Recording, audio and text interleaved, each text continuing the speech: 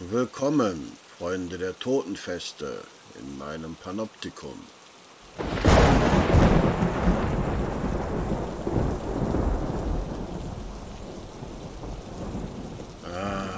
Der Herbst. Stürme, fallendes Laub und gruselige Totenfeiern nahezu überall auf der Welt. Wir denken hier natürlich hauptsächlich an Halloween, doch es gibt und gab so viel mehr. In vielen größeren Kulturen öffnen sich mythologisch im Herbst die Tore zur Unterwelt. Ich werde euch gerne einige vorstellen. Den Anfang macht die römische Kultur. Am 24. August, 5. Oktober und 8. November fand das Mundus Parthej statt, was übersetzt so viel bedeutet wie die Erde steht offen. Im römischen Glauben lebten die Seelen der Verstorbenen nicht im Himmel, sondern unter der Erde, in der Unterwelt. An diesen 3 Tagen, die ebenfalls eine Art Erntedankfest waren, soll die Erde, die unsere Welt von der Unterwelt trennte, offen gewesen sein, und die Seelen der Verstorbenen konnten in unsere Welt eindringen. Dann sollte man sich seinen Verstorbenen besonders nahe fühlen und sogar mit ihnen kommunizieren können. Dies soll nicht ganz ungefährlich gewesen sein, da die Seele der Lebenden von den Toten angezogen werden konnte.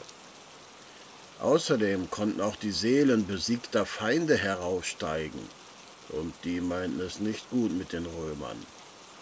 Das öffentliche Leben ruhte an diesen Tagen völlig. Es wurde nicht geheiratet, die Tempel blieben geschlossen, man unternahm keine Reisen und sogar im Krieg schwiegen an diesem Tag die Waffen.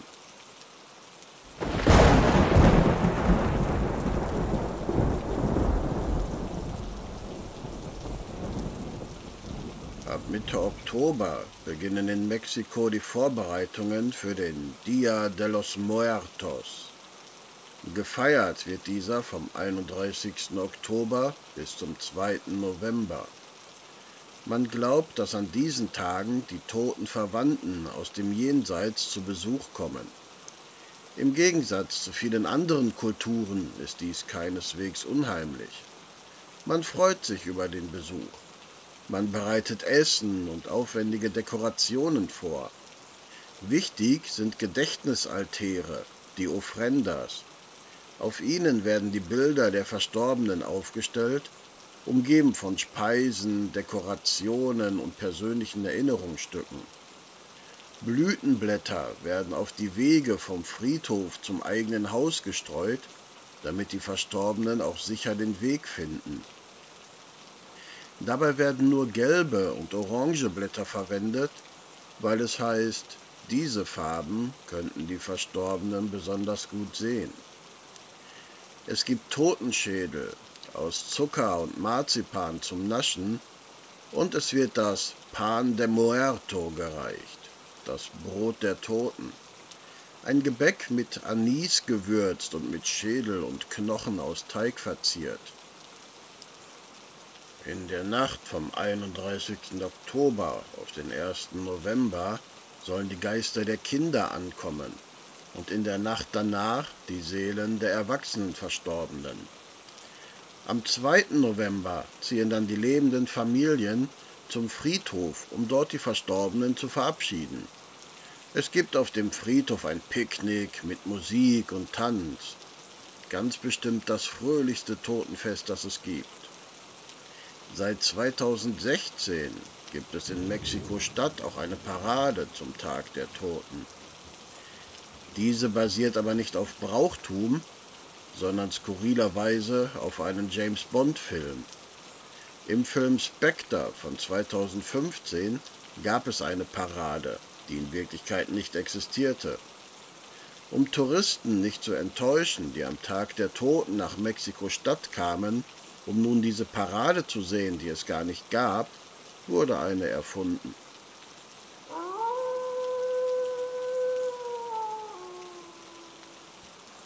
In der irisch-keltischen Kultur ist Samhain am 31. Oktober einer der 4 großen Feiertage gewesen. An diesem Tag, heißt es, hätten die Menschen Zugang zu den Wesen der Anderswelt, dem unterirdischen Reich der Feen, Elfen und Kobolde. Deshalb blieb man an diesem Tag besser zu Hause. Früher sollen an diesem Tag dem Unterweltgott Blutiger Kopf Blutopfer gebracht worden sein, um Fruchtbarkeit zu erbitten. Viele sehen Samhain als Vorgänger von Halloween an. Und damit kommen wir zu Halloween. Es wird als Erweiterung von Samhain angesehen. Irische Einwanderer in Amerika sollen das Fest weiter ausgebaut und modernisiert haben. Auf Blutopfer wird verzichtet. Dafür gehen Kinder von Tür zu Tür und bitten um Süßigkeiten. Früher war das übrigens in Deutschland ein Brauch zu Karneval, der noch bis in die späten 1980er Jahre praktiziert wurde. Inzwischen ist Halloween auch in Europa angekommen und hat allerdings mehr mit Kommerz als mit Brauchtum zu tun.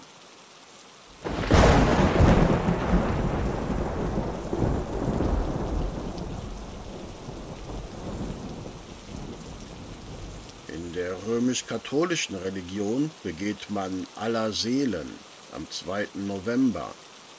998 wurde der Tag zuerst in einigen Klöstern eingeführt, aber nach kurzer Zeit auch außerhalb begangen. An diesem Tag gedenkt man den Verstorbenen im Fegefeuer und betet um eine baldige Weiterreise der Seelen ins Himmelreich.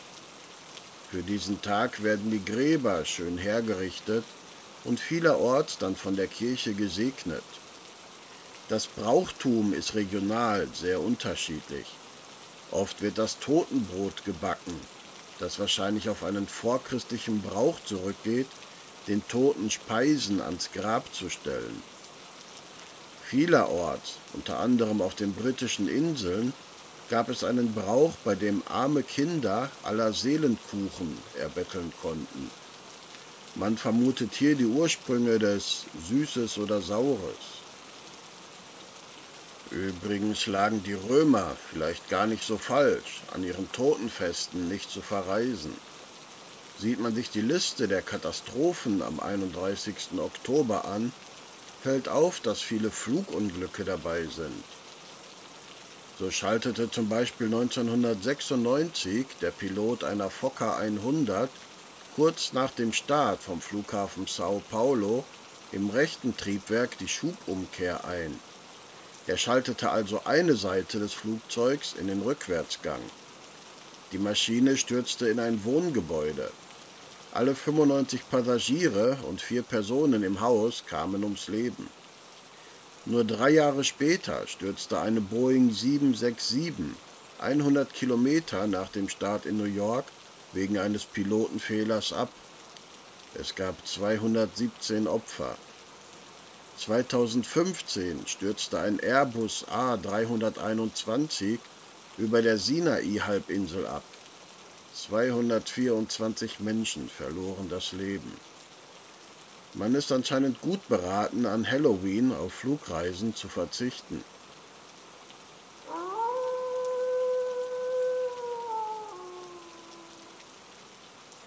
Ein geschnitzter Kürbis gehört natürlich zu Halloween, wie der Tannenbaum zum Weihnachtsfest. Habt ihr euch mal gefragt, wieso man an Halloween eigentlich Kerzen in ausgehöhltes Fruchtgemüse stellt? Früher wurde das Licht in ausgehöhlte Futterrüben gestellt. Und noch heute gibt es in Süddeutschland den Brauch des Rüpligeisterschnitzens. Nun, der Halloween-Brauch des Kürbisschnitzens geht vielerorts auf eine alte irische Legende zurück. Es heißt, vor vielen Jahren soll es einen Hufschmied namens Jack Oldfield gegeben haben. Er soll kein netter Geselle gewesen sein. Die Leute nannten ihn auch Trinkenden Jack oder Geiziger Jack. In einer Halloween-Nacht soll es gewesen sein. Jack war auf dem Weg nach Hause, als der Teufel neben ihm erschien. um ihn zu holen. Jack bat den dunklen Fürsten um eine Henkersmahlzeit, einen Apfel von einem nahen Apfelbaum. Der Teufel machte einen großen Sprung auf den Baum, doch Jack zog schnell sein Messer und ritzte ein Kreuz in die Rinde. Der Teufel war auf dem Baum gefangen. Jack bot dem Teufel an, ihn wieder freizulassen, wenn der Fürst der Finsternis seine Seele bis in alle Ewigkeit in Ruhe ließ. Der Teufel willigte ein, Jack zerstörte das Kreuz und der Teufel verschwand. Viele Jahre später verstarb der alte Jack und seine Seele bat am Himmelstor um Einlass. Doch aufgrund seines Lebenswandels wurde ihm der Eintritt verwehrt und er wurde, wie man so schön sagt, zur Hölle geschickt. Dort ließ man ihn jedoch auch nicht rein, weil der Teufel sein Wort gegeben hatte, Jacks Seele bis in alle Ewigkeit in Ruhe zu lassen. So schickte man ihn wieder fort in die kalte, stürmische Dunkelheit. Aus Mitleid gab der Teufel Jack jedoch ein Stück glühende Kohle aus dem Höllenfeuer mit, das dieser in eine ausgehöhlte Rübe legte. So wandelt Jacks Seele jedes Jahr an Halloween mit seiner Laterne durch die Nacht. Die Leute zogen aus dieser Legende die nicht ganz richtige Schlussfolgerung, dass an Halloween ein Licht in einer Rübe oder einem Kürbis böse Geister und sogar den Teufel selbst fernhalten könnte. Und deshalb werden geschnitzte und beleuchtete Kürbisse heute noch Jack-o'-Lantern genannt.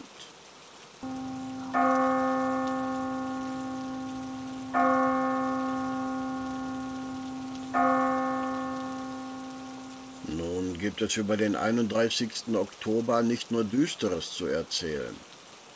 So sind eine ganze Reihe bekannter Leute an diesem Datum geboren. Zum Beispiel Michael Collins, das 3. Teammitglied der ersten Mondlandungsmission. Oder die Schauspieler David Ogden Stiers, den man besonders als Major Winchester aus der TV-Serie MASH 4077 kennt. Brian Murray, der in vielen amerikanischen Komödien mitspielte, wie Die Geister, die ich rief, Ghostbusters 2, Täglich grüßt das Murmeltier und natürlich den Chef von Clark Griswold in Eine schöne Bescherung. John Candy, den man aus noch mehr Filmen kennt, vor allem aber als Trainer der jamaikanischen Bobmannschaft in Cool Runnings. Michael Landon, bekannt aus Bonanza und Ein Engel auf Erden, sowie Peter Jackson, der Regie führte bei der Herr der Ringe-Trilogie. Und natürlich der Olympiaschwimmer und Schauspielerlegende Bud Spencer. Sie alle feiern an Halloween Geburtstag. Herzlichen Glückwunsch von hier aus.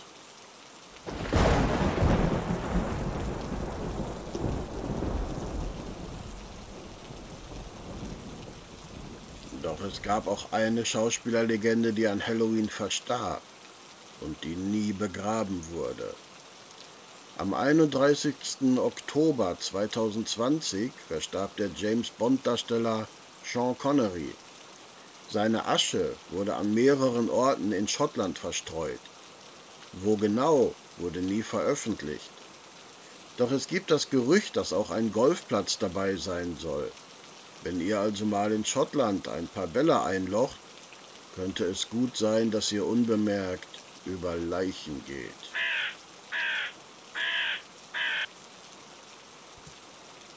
Freunde, wenn ihr das Video an dieser Stelle immer noch anschaut, scheint euch die Mischung aus Legende und Fakten anzusprechen.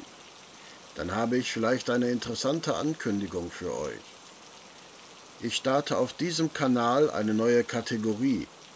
In Der Totengräber erklärt werde ich in Zukunft Begriffe aus der Welt des Übernatürlichen erklären, aber auch Friedhofssymbolik sowie Totenbräuche und allerlei andere morbide Themen. Diese kürzeren Videos werden zusätzlich zu den normalen Donnerstagsvideos erscheinen und zeitgleich als Shorts und normale Videos veröffentlicht. So kann sich jeder sein bevorzugtes Format aussuchen.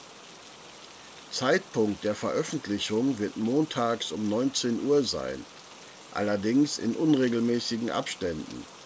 Immer dann, wenn meine Arbeit und meine Reisen mir noch etwas Zeit lassen, werde ich zusätzlich ein Erklärvideo erstellen. Danke, dass ihr zu Besuch in meinem Panoptikum wart. Euer alter Totengräber wünscht euch einen schönen Abend und Happy Halloween, einen fröhlichen Dia de Muertos und ein ruhiges Samhain. Gute Nacht.